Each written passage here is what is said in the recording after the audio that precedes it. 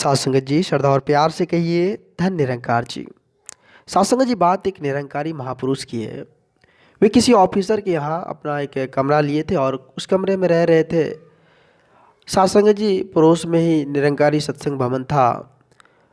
Regular वहाँ सत्संग हुआ करते थे। तो सात संगत जी, महात्मन जी वहाँ सत्संग में जाते थे और नित दिन सत्संग सुनते थे। एक दिन की बात है, सात संगत जी वे सत्संग में जा रहे थे तो सोचे कि यह ऑफिसर जो है, मेरे रूम का मालिक जो है, उनको भी साथ कर लिया जाए। संडे का दिन था तो सत्संग जी उनसे रिक्वेस्ट किए, चलिए आज संगत में जाते हैं। तो सत्संग जी वह राजी हो गया, बोले ठीक है चलिए। गए जब सत्संगत में बैठे तो सत्संग जी उस ऑफिसर को कुछ समझ ही नहीं आ रहा था।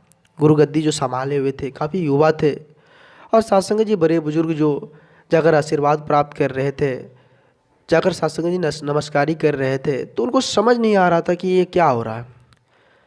ये नौजवान है और उनके चरणों में जाकर सिर नमन करते हैं, सिर को झुकाते हैं। बड़े बुजुर्ग भी जाते हैं, बच्चे भी जाते हैं, एक दूसरे के पैर को छूते हैं। ये कैसी परंपरा है, हमको समझ नहीं आ रही है।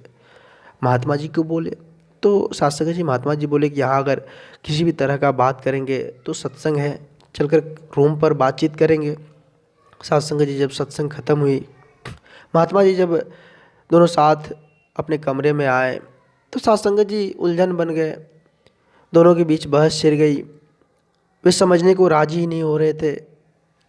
बार बार लाख समझाते थे महात्मा जी कि निरंकारी जो एक दूसरे के पैर छूते हैं उसके बारे में उसको बता रहे थे, लेकिन वे समझने का प्रयास ही नहीं कर रहे थे। लास्ट में ऐसा ही हुआ, वो नहीं समझे।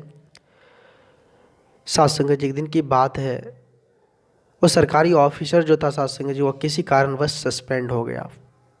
बड़े अधिकारी उसको सस्पेंड कर दिए।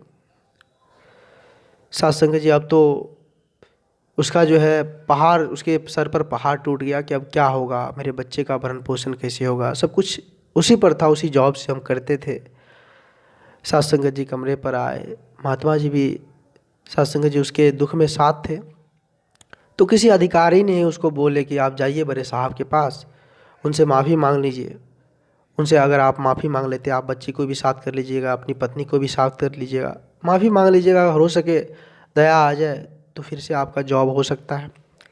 सत्संग जी ऐसा ही किया। महात्मा जी भी उनके साथ गए बड़े ऑफिसर के पास। दरवाज़ा खटखटाया, उसके ऑफिस में गए। सत्संग जी उसके पैर पकड़ कर रोने लगे। वो भी युवा थे, उसके पैर पकड़ कर गिड़गिड़ा कर रोने लगे कि अगर आप हमसे जॉब छीन लेते हैं, बच्चों का भविष्य खराब हो जाएगा, मेरा घर परिवार टूट जाएगा। हुजूर, आप अन्नदाता है, आप हमारे लिए भगवान है, आप हमें फिर से जॉब दे दीजिए। सत्संग जी उसको दया आ गया, बोले ठीक है, अपनी ड्यूटी पर कल से आ जाना।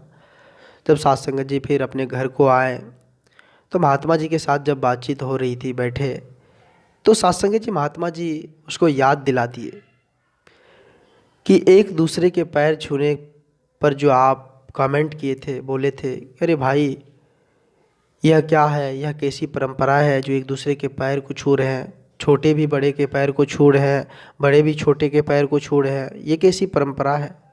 अब आपको तो समझ आ गई होगी ना कि आप एक छोटी सी नौकरी प्राप्त करने के लिए, नौकरी बच जाए, अब तो आप समझ गए होंगे कि पैर पकड़ने से क्या होता है, एक दूसरे के पैर छूने से, स्पर्श करने से क्या होता है। हम जो गुरुगद्दी पर बैठे हो या फिर हमसे छोटे हो बड़े हो, उसके पैर जब छूते हैं तो परमात्मा खुश होते हैं। जैसे आपका ऑफिसर आपके पैर पकड़ने से, आप उनके चरण स्पर्श किए, उनसे माफ़ी मांगे, वे खुश हो गए, उसी प्रकार हमारे परमात्मा, प्रभु परमात्मा जो है, वो सच्चिदानंद जो है, वो खुश होते हैं। जो उन्हें समझ आ गया कि एक दूसरे के पैर छूने से क्या होता है। साथ संगत जी, एक निरंकारी संत जो होते हैं, एक निरंकारी महापुरुष जो होते हैं, वे एक दूसरे के पैर इसलिए छूते हैं ताकि वे परमात्मा को प्राप्त कर सके, परमात्मा उनसे खुश हो उन्हें, क्योंकि परमात्मा की आवश्यकता है। मन से छोटे बड़े का भेदभाव खत्म हो जाए, इसलिए पैर छूते हैं।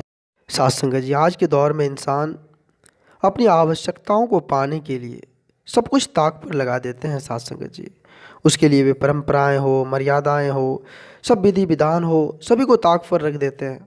साथ संगत जी, जिसकी आवश्यकताएं ना हो उसके लिए लाख हजार बहाने ढूंढते रहते हैं। साथ संगत जी, आज के दौर में जिसकी ज़रूरत है, जिस परमपिता परमात्मा की ज़रूरत है, उसको नहीं पाकर छोटी छोटी खुशियों को पाते रहते हैं। जो साध संगत जी छनबंगुर है, साध संगत जी दास आप जी से भी संत महात्माओं के चरणों में एक छोटी सी विचार रखा। साध संगत जी आशा है आप जी सभी संत महात्माओं को ये छोटी सी विचार अच्छा लगा होगा। अगर अच्छा लगे तो सभी संत महात्माओं के भी शेयर करें और दास के चैनल को सब्सक्राइब करना ना भूलें। साध संगत जी प्यार से कहिए धन्य निरंकार जी, धन्य निरंकार जी।